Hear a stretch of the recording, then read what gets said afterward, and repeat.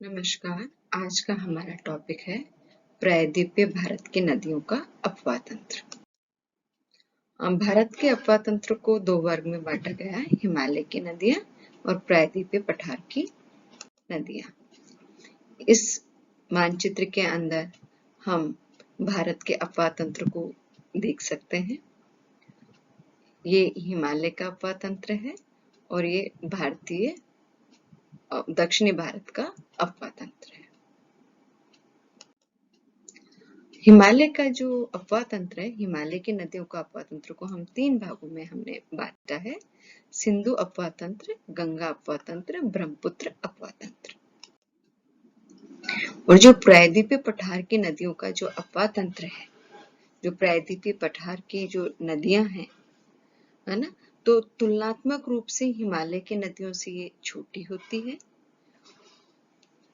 और जो प्रायद्वीपीय पठार है, एक विस्तृत क्षेत्र में है जिसका सामान्य ढाल पूर्व की ओर है, इसलिए अधिकांश नदियां पश्चिमी घाट से निकलकर बंगाल की खाड़ी में गिरती है।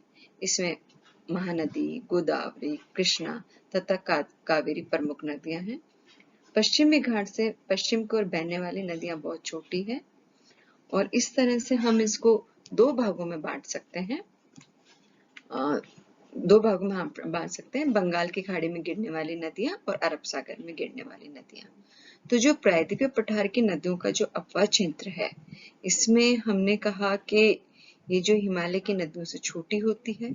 फिर जो दक्षिणी भारत की नदियां हैं वो बारहमासी नहीं हो, पूरे साल नहीं बहती जैसे कि हिमालय की नदियां बहती है। ये वर्षा पर निर्भर करती है। धरातल यहाँ का पठारी एवं चट्टानी होने के कारण, धरातल पठारी व चट्टानी होने के कारण नदियों का तल पानी नहीं सोखता है। थोड़ी वर्षा होने पर ही पानी की मात्रा बह जाती है, क्योंकि ये दक्षिण भारत का जो भाग है वो पठारी है, चट्टाने हैं, तो पानी को सोखता नहीं है और पानी बह जाता है। ये कम गहरी होती है, इसकी घाटियां चौड़ी होती है, वो अपर्दन शक्ति इसकी न्यून होती है। तो सबसे पहले हम बात करेंगे बंगाल की खाड़ी में गिरने वाली नदियों के बारे में। इसकी मुख्य नदी है महानदी, गोदावरी, कृष्णा, कावेरी, स्वर्णरेखा, ब्राह्मणी, पेन्नार। और दूसरे जो है प्रायद्वीपीय पठार की नदियों का अपवाह तंत्र, तो अरब सागर में गिरने वाली नदियां, इसमें नर्मदा, तापी, माही, साबरमती, लूनी। तो आज हम डिटेल में डिस्कस में करेंगे बंगाल की खाड़ी में गिरने वाली नदियों के बारे में। जो नदियां बंगाल की खाड़ी में गिर रही हैं उनके बारे में आज हम यहाँ चर्चा करेंगे। तो सबसे पहले हम लेते हैं महानदी को। महानदी के बारे में हम बात करेंगे कि महानदी है, तो जो महानदी है, ये नदी छत्तीसगढ़ में अमरकंटक श्रेणी के दक्षिण में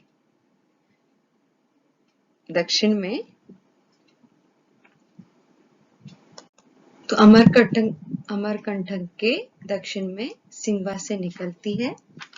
और जो इसकी लंबाई है, इस नदी की जो लंबाई है वो 851 किलोमीटर है। और ये आरंभिक अवस्था में ये नदी उत्तर पूर्व दिशा में बहती है और उसके बाद ये नदी पूर्व की ओर मुड़ जाती है। संबलपुर की ये नदी जो है वृत्ताकार हो जाती है और कटक के समीप बंगाल की खाड़ी में गिरने से पूर्व इसमें अनेक सहायक नदियां मिलती है। और इसके अंदर ये जो नदी है मध्य प्रदेश, बिहार, उड़ीसा, महाराष्ट्र राज्यों के अंदर बहती है। और इसे उड़ीसा का शौक भी कहा जाता है, सोरो ऑफ उड़ीसा कहा जाता है, क्योंकि इसके कारण उड़ीसा के अंदर बाढ़ आती है। और महानदी नदी पर ही हीराकुंड बांध बनाया गया है। दूसरी नदी इसके अंदर जो दूसरी प्रमुख नदी आ जाती है वो है गोदावरी नदी। गोदावरी नदी आप यहाँ इस मैप के अंदर देख सकते हैं, ये गोदावरी नदी है। ये ऊपर महानदी के बारे में अपन बात कर रहे थे, ये गोदावरी नदी, ये रही गोदावरी नदी। तो गोदावरी नदी है, ये इस नदी को दक्षिणी गंगा भी कहते हैं क्योंकि प्रायद्वीपीय नदियों में सबसे बड़ी तथा भारत की सभी नदियों में दूसरे नंबर पर ये आ जाती है। तो प्रायद्वीपीय नदियों में तो सबसे बड़ी है और भारत की सभी नदियों में दूसरी बड़ी नदी है, इसलिए इसे दक्षिणी गंगा या वृत गंगा भी कहा जाता है। इसकी जो लंबाई है, इसकी लंबाई 1465 किलोमीटर है। ये 1465 किलोमीटर लंबी है और ये नदी महाराष्ट्र के नासिक जिले में सह्याद्री श्रेणी के पूर्व में 1067 मीटर की ऊंचाई पर अवस्थित त्रियंगबंग स्थान से निकलती है। प्राणहिता, इंद्रावती, शबरा, मंजरी, पेनगंगा, वृद्धा, वैनगंगा, ताल, मूला और पवरा इसकी सहायक नदी है। धवलेश्वर के बाद गोदावरी दो शाखाओं में विभक्त हो जाती है। पूर्वी शाखा गोतमी गोदावरी कहलाती है और दक्षिण शाखा वशिष्ठ गोदावरी। मध्य में एक और नदी प्रभावित होती है, वैष्णवी गोदावरी, गोतमी गोदावरी वैनम नामक स्थान पर, वशिष्ठ गोदावरी नरस नामक स्थान पर और वैष्णव गोदावरी नामक स्थान पर बंगाल की खाड़ी में गिरती है। गोदावरी जो नदी है उसकी जो कुल लंबाई है वो 1465 किलोमीटर है। तीसरी नदी आ जाती है कृष्णा। कृष्णा जो नदी है, ये नदी कृष्णा नदी ये प्रायद्वीपीय भारत में पूर्व की ओर बहने वाली दूसरी सबसे बड़ी नदी है।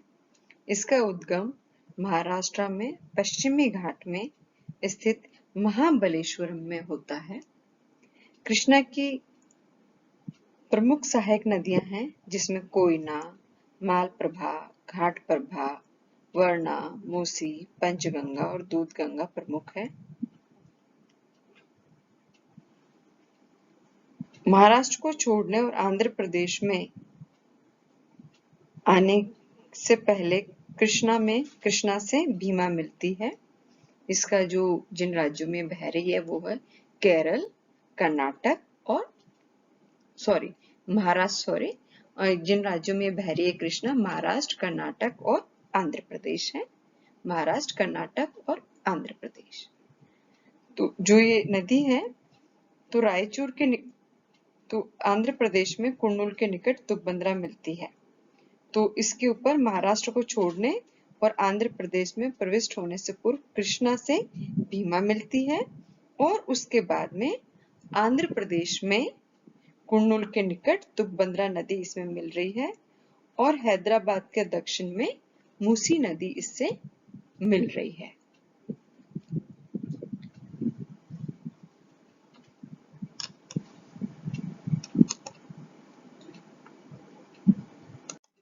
फिर इसके बाद में आ जाती है कावेरी नदी।